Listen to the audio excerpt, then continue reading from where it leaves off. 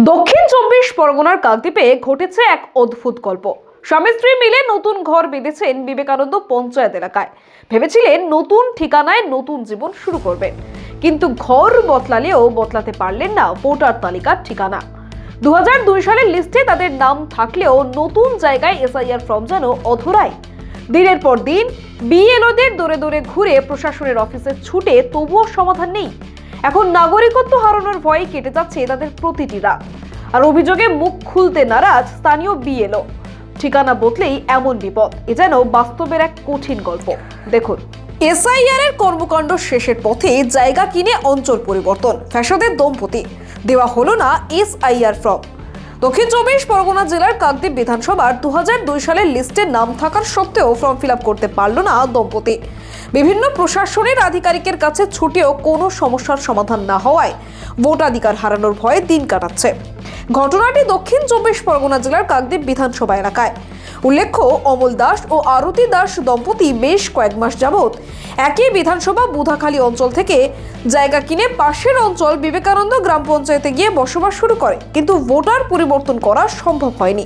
আর voter পরিবর্তন না করায় ফ্যাসাদে পড়ে নাগরিকত্ব হারাতে চলেছে দম্পতি। বিবেকানন্দ থাকলেও বুধাখালীতে যে বিএলও রয়েছেন তার কাছে বারবার গিয়েছেন, এমনকি বিভিন্ন প্রশাসনিক ব্যক্তিত্বের কাছেও গেছেন, এমনটাই দাবি করছে ওই দম্পতি। তবুও তাদের ফল দেওয়া হয়নি। এই পরিস্থিতির মধ্যে সমস্যায় দম্পতি।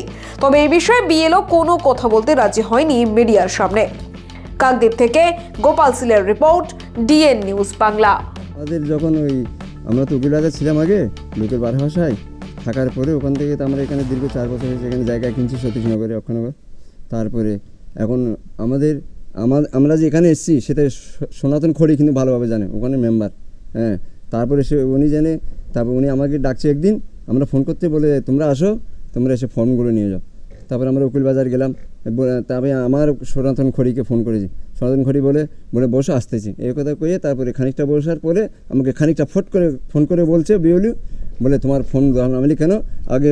তখন আমরা স্বামী স্ত্রী দুজন অঞ্চলে গেছিলাম। অঞ্চলের মধ্যে আমাদের বলে ওদের ফর্ম এসে গেছে, ফর্মের নম্বরগুলো তুলে নাও। সেই নম্বর আমার এখনও টোকন করা আছে, দুজনের 2টো টোকন নম্বর দিয়ে দিয়েছে। আমরা সনাতন খড়ি নিজেই নম্বরগুলো টোকন দিয়ে দিয়েছে, বলে এই নম্বরগুলো তোমাদের ফর্মগুলো।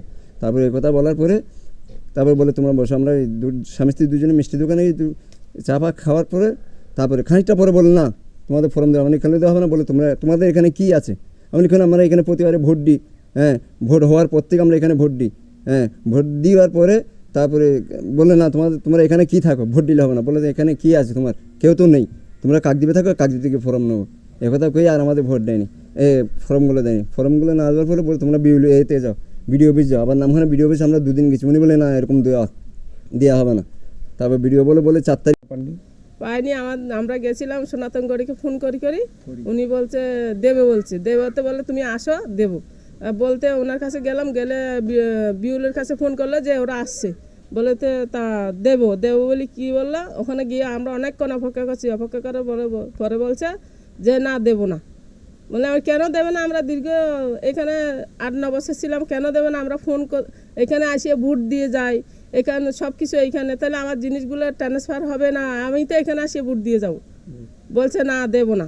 আমি বলি না দিলে আমার উপায়, বলে ভিডিও না বলছে।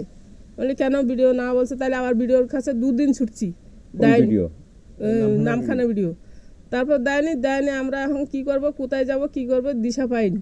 বলে ভোটগুলো আমার কাটি গেলে সর্বনাশ হয়ে যাবে, বাবা বকতেছে। বুঝতে পারছি না, নির্বাচন কমিশনের পুরো গাইডলাইন্সে বলা হয়েছে যে সমস্ত বিওলোকে বাড়ি বাড়ি গিয়ে তাদের ফর্ম দিয়ে দিতে হবে এবং সেই ফর্ম ফিল আপ করে আবার জমা নিতে হবে।